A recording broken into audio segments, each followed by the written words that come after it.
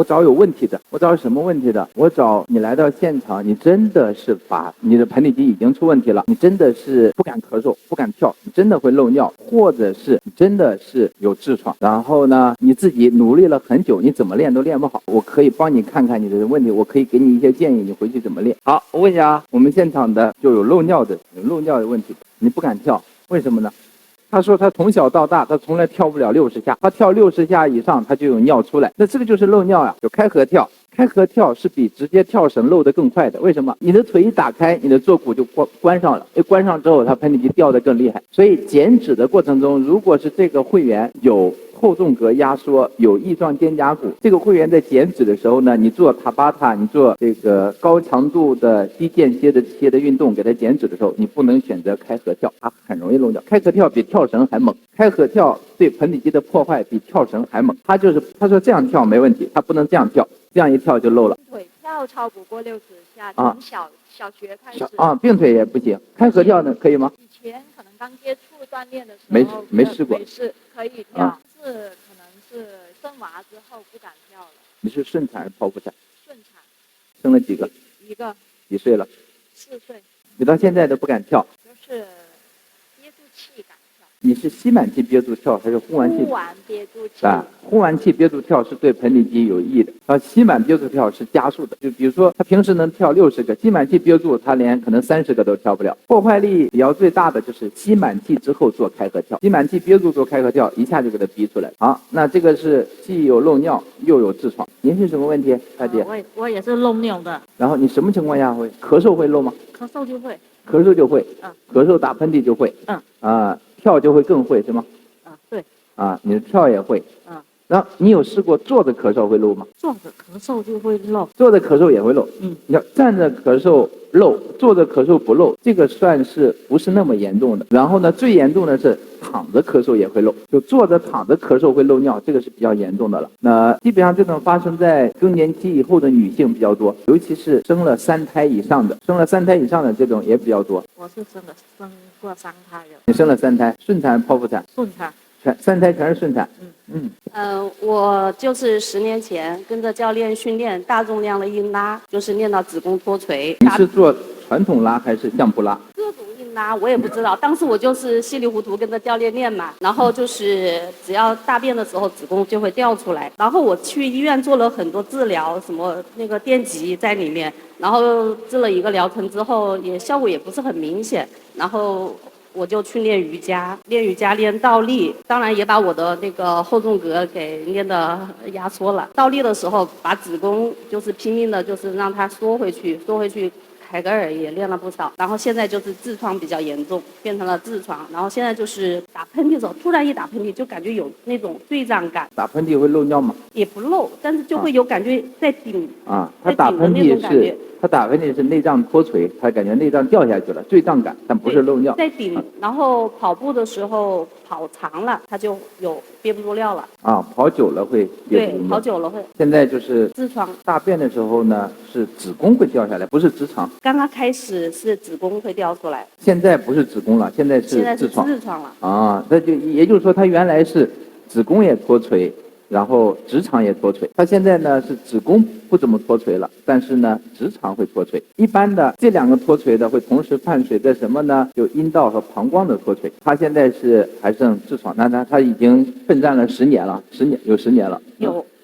你是顺产还是剖腹产？我顺，然后是左边侧切，而且当时撕裂的很严重。那你左边侧切，那痔疮是左边掉出来吗？好像是左边，就左边会痛一些。那就是说左边的盆底肌就更差了，就是在生产的过程中把左边的盆底肌撕裂得很厉害，然后呢左边又来了侧切，所以它痔疮也是从左边掉出来。我问你，你们4个，比如说我现场让你跳个3下，你们敢跳吗？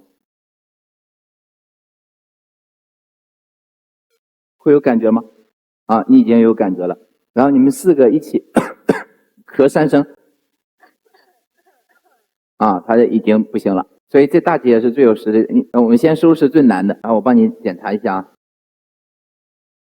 它是后纵隔压缩。然后呢，我需要一个测心率的，我看一下这大姐站着的心率多少。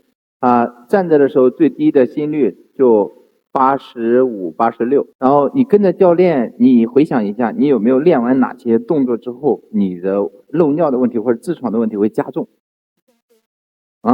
宽距的深蹲。深蹲吧。他既做宽距深蹲，又做宽距的硬拉，所以它破坏得很厉害。然后我帮你做一个测试，来，面对着大家侧着躺。拉到这儿就拉不动了，而且这还是他的右侧。好，换一边。他很专业，他说他感觉他的骨盆上口打开卡死了。他说他上口打开，下面关闭卡死在那个位置了，你这很厉害哦。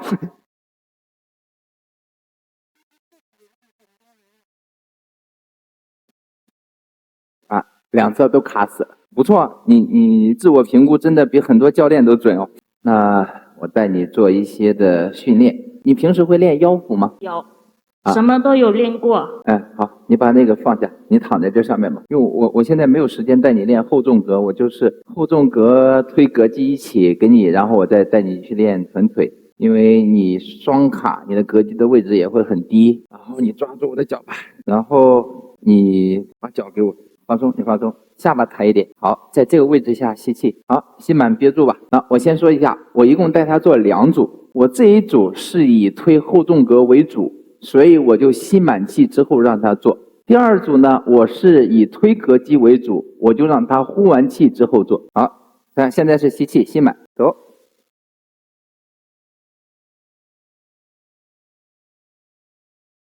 起，用力，自己用力起。起，很好，扣下巴了，对，落。我告诉你，他的下巴一扣住，他的后纵膈就推不出来了。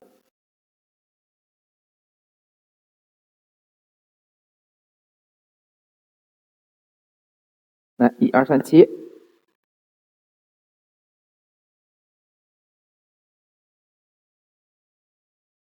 吸满气憋住，推3个就好。1、2、3，好，换气。你平时有高血压吗？没有啊。现在吸满气憋住，推4个。1，控制住落。2、3、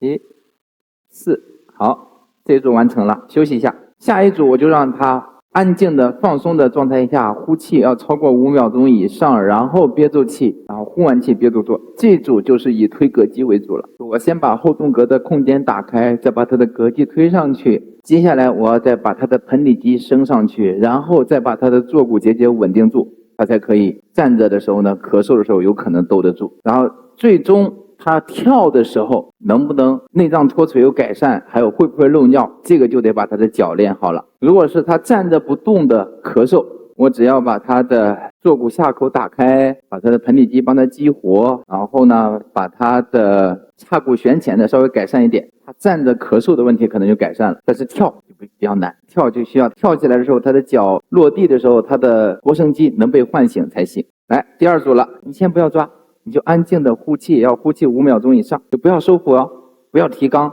对，静静的呼完气憋住，把脚给我就好了。抓住我的脚，继续做，憋住做。1、2、3，不错哦，比刚才好多了。4、5，不要扣下巴。6，换气。好，放下，然后再呼气5秒钟，再憋住，然后再来6个就好了。